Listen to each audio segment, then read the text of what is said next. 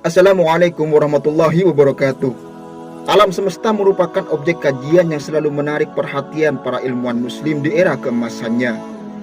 Peradaban Islam terbukti lebih awal menguasai ilmu bumi dibandingkan masyarakat Eropa ketika itu.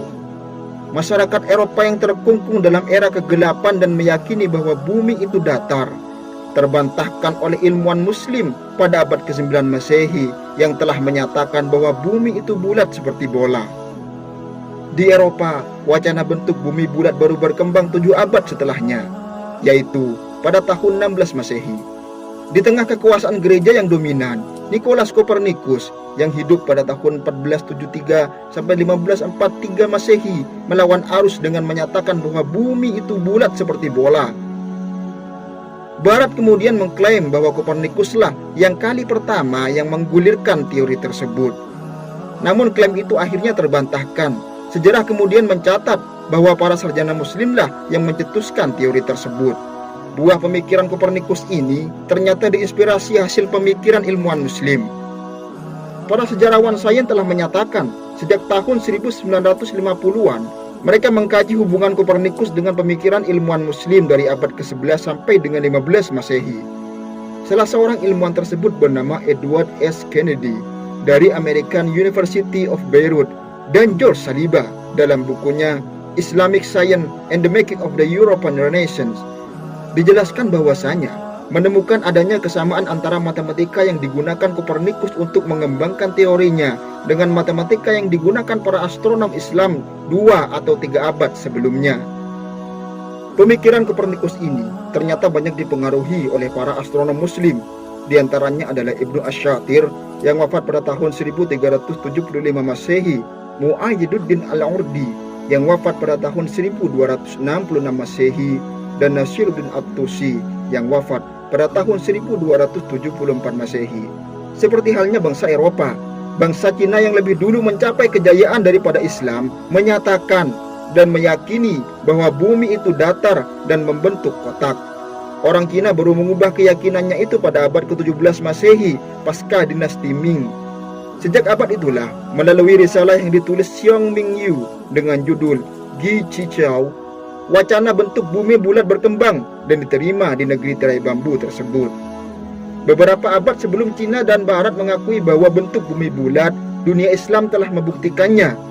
Pada masa Al-Ma'mun, pada tahun 830 Masehi, Muhammad bin Musa Al-Khawarizmi yang wafat pada tahun 850 Masehi beserta para astronom lainnya berhasil membuat peta global pertamanya. Tak hanya itu, para sarjana muslim di era itu juga mampu mengukur volume dan keliling bumi. Mereka menyatakan bahwa keliling bumi adalah 24.000 mil atau 38.600 km. Perhitungan yang dilakukan pada abad ke-9 Masehi itu hampir akurat, karena hanya berbeda 3,6% dari perkiraan keliling bumi versi ilmuwan modern, yaitu 40.061 km. Sebuah pencapaian luar biasa dan belum terpikirkan oleh bangsa Barat pada masa itu. Atas permintaan Khalifah Abbasiyah ke-7 itu, para astronom muslim juga mengukur jarak antara dua kota, Syria Tatmur dan Ar-Raqqah. Mereka menemukan fakta bahwa kedua kota itu ternyata hanya terpisahkan oleh 1 derajat garis lintang dan jarak kedua kota itu mencapai 66,2/3 mil. Pada abad ke-10 Masehi, ilmuwan muslim bernama Abu Raihan Al-Biruni juga mengukur jari-jari bumi. Menurutnya, jari-jari bumi mencapai 6.339,6 km ketika ditarik pada pengukuran ilmuwan modern saat ini. Pengukurannya itu hanya kurang 16,8 km dari nilai perkiraan saat ini. Saat itu, Al-Biruni mengembangkan metode baru dengan menggunakan perhitungan trigonometri yang didasarkan pada sudut antara sebuah daratan dengan puncak gunung. Teori bentuk bumi bulat seperti bola dinyatakan oleh geografer dan kartografer atau pembuat peta muslim dari abad ke-12 Masehi yang bernama Abu Abdillah Muhammad ibnu Al-Idris Al-Hasani. Pada tahun 1154 Masehi, ilmuwan yang masih keturunan Sayyidina Hasan ini secara gemilang sukses membuat peta bumi alias globe dari perak. Bola bumi yang diciptakannya itu memiliki berat sekitar 400 kg. Pada globe itu, Al-Idrisi menggambarkan 6 benua yang dilengkapi jalur perdagangan, danau, sungai, kota-kota utama, daratan, serta gunung-gunung. Tak hanya itu, globe yang dibuatnya itu juga sudah memuat informasi mengenai jarak, panjang, dan tinggi secara akurat. Guna melengkapi bola bumi yang dirancangnya, Al-Idris pun menulis buku berjudul Kitabur Jar atau buku Roger yang didedikasikan untuk Roger II, yaitu penguasa Sisilia kala itu. Penjelajah asal Genoa, Christopher Columbus, kemudian membuktikan kebenaran teori yang diungkapkan Al-Idrisi. Berbekal peta yang dibuat Al-Idrisi, Columbus mengelilingi bumi dan menemukan benua Amerika yang disebutnya sebagai New World atau dunia baru. Padahal, bagi para penjelajah muslim, benua itu bukanlah dunia baru karena telah disinggahi beberapa abad sebelumnya.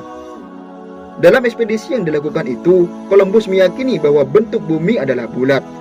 Secara resmi, para sarjana muslim telah mengeluarkan kesepakatan bersama dalam bentuk ijma tentang bentuk bumi bulat. Teori bentuk bumi bulat pun diyakini oleh Ibnu Hazm, Ibnu Jauzi, dan Ibnu Taimiyah yang terakhir. Penegasan ketiga tokoh Islam itu untuk memperkuat hasil penelitian dan penemuan yang dicapai astronom dan matematikus muslim. Secara sepakat ulama-ulama di atas menyatakan bahwa bentuk bumi adalah bulat atau istidratul aflak. Ibnu Taimiyah melandaskannya pada Quran surat Az-Zumar ayat ke-5 yang memiliki arti dia memutarkan malam atas siang dan memutarkan siang atas malam. Selain itu, para ulama juga berpegang pada Quran surat Al-Anbiya ayat ke-33 yang memiliki arti dan dialah yang telah menciptakan malam dan siang, matahari dan bulan, masing-masing dari keduanya itu beredar atau falak di dalam garis edarnya. Penegasan bentuk bumi bulat juga dinyatakan oleh Ibnu Abi Ya'la Al-Farra. Beliau mengutip ijma' para ulama yang bersepakat bahwa bentuk bumi itu bulat. Ibnu Khaldun yang wafat pada tahun 1406 Masehi dalam mukadimahnya juga menyatakan bahwa bumi itu seperti bola. Pernyataan yang dikemukakan oleh Ibnu Khaldun pun itu sama dengan apa yang dinyatakan oleh Ibnu Hazm dalam Al-Fisal fil Milal wan Nihal. Menurutnya, tak ada satupun dari ulama kaum muslim yang mengingkari bahwa bumi itu bulat dan tidak dijumpai bantahan atau satu kalimat pun dari mereka. Dengan meyakini bahwa bentuk bumi itu bulat, para sarjana muslim kemudian menetapkan sebuah cara untuk menghitung jarak dan arah dari satu titik di bumi ke Mekah, dan melalui metode ini arah kiblat bisa ditentukan. Wallahu a'lam bishawab. Assalamualaikum warahmatullahi wabarakatuh.